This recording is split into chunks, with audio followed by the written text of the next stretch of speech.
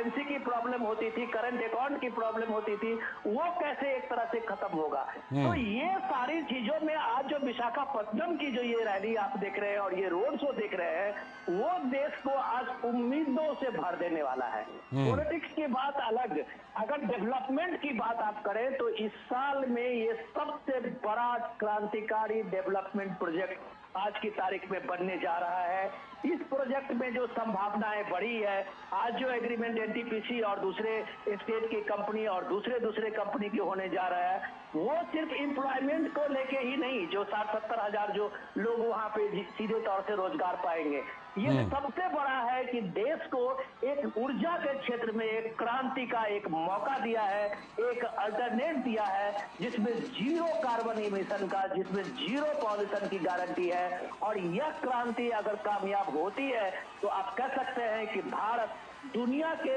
किसी भी देश से एक अग्रणी भूमिका में होगी और भारत ऊर्जा के क्षेत्र में एक हब बनने वाला होगा, भारत एक्सपोर्टर होगा। और ये बात जब प्राइम मिनिस्टर कहते हैं कि हम 2040 की बात वो कहते हैं, विकसित भारत की बात कहते हैं, इकोनॉमी में सेकंड थर्ड की बात करते हैं, तो इसकी संकल्पना को पूरा करते हुए आज ये पीएम का रोड शो है कि जब वो कहते हैं कि हम 5वें नंबर से तीसरे नंबर पर और दूसरे नंबर पर आएंगे, तो वो सिर्फ नारा नहीं होता है, उसमें एक संकल्पना होती है जो पीएम के रोड शो में देख रहे हैं। और ये ग्रीन एनर्जी का और हाइड्रोजन एनर्जी का जो बड़ा प्रोजेक्ट लग रहा है विशाखापट्टनम में, आप कह सकते हैं कि भारत की तस्वीर बदलने वाला है। बिल्कुल, ये तस्वीर बदलने वाली है। और इस परियोजना के साथ साथ कुछ और भी बड़ी परियोजनाएं हैं, जो रेलवे और सड़क से जुड़ी हुई परियोजनाएं, उस पर भी कुछ बात और कुछ ज्यादा जानकारी लेते हैं नीरज से। नीरज, करीब 19,500 करोड़ रुपए की ये सड़क और रेलवे की परियोजनाएं हैं, ये कितनी अहम है, कितनी इससे विशाखापट्टनम और आसपास और आंध्र प्रदेश को इससे फायदा होने वाला है? नीरज, देखिए बिल्कुल लालचंद जी, बहुत अहम है, लेकिन मैं विनोद जी की बात को थोड़ा सा आगे बढ़ा दूं, क्योंकि आप देखे हैं लालचंद कि दुनिया में जो भी पावरफुल कंट्री है, वो सबसे अगर उनके पास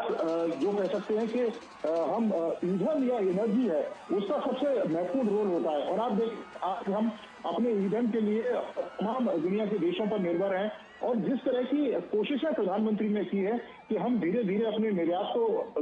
घटाएंगे, और जब निर्यात घटेगा तो हम खुद एनर्जी के मामले में आत्मनिर्भर रहेंगे। और जब हमारे पास एनर्जी रहेगी तो निश्चित तौर पर हमको आगे काम लगाने में बहुत ज्यादा जो परेशानियां हैं वो नहीं आएंगी। यही कारण है कि 2030 तक ये लक्ष्य रखकर प्रधानमंत्री ने इस जो प्रोजेक्ट है उसकी जो शुरुआत है वो की है, ताकि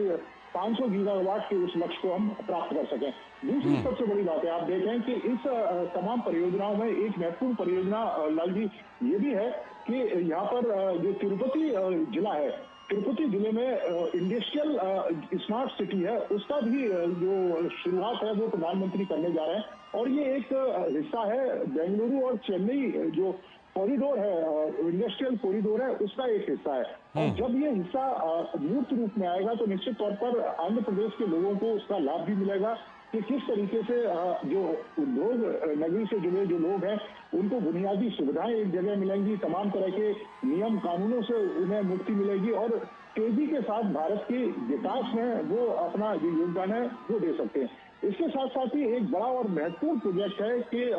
जो औषधि पार्क है, जो बल्क औषधि पार्क है, एक बड़ा औषधि पार्क बनाया जा रहा है आंध्र प्रदेश के अंदर, खासतौर से विशाखापट्टनम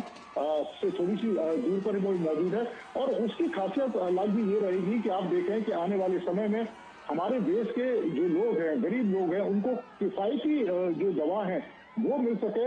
सस्ते दरों पर दवाएं मिल सके, बढ़िया बढ़िया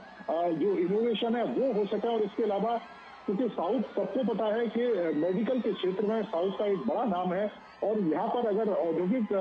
पार्क अगर बन रहा है तो इस इंडस्ट्री से जुड़े लोग एक जगह ही तमाम तरह के इंफ्रास्ट्रक्चर को भी प्राप्त कर लेंगे और उनके कारोबार में तेजी भी आएगी। जब कारोबार में तेजी आएगी तो उसका बड़े पैमाने पर जो लाभ है वो लोगों को मिलेगा। और ये कहा जा रहा है कि ये तमाम तरह की जो परियोजना है उससे 6 से 7 लाख के बीच में जो लोग हैं वो रोजगार प्राप्त कर सकते हैं। तो निश्चित तौर पर एक बड़ा प्रयास है। और इसके साथ साथ ही आप रेलवे का देखें कि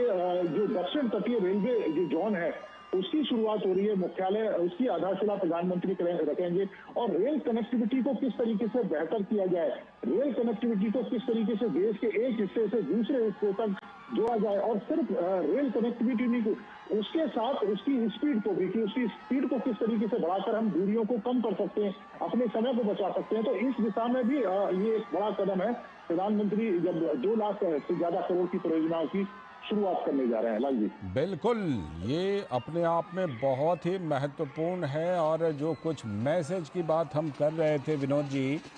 बहुत सारे ऐसे लोग हैं विनोद जी जो पता नहीं ना जाने कितने महीने से इंतज़ार कर रहे हैं कि कुछ खबर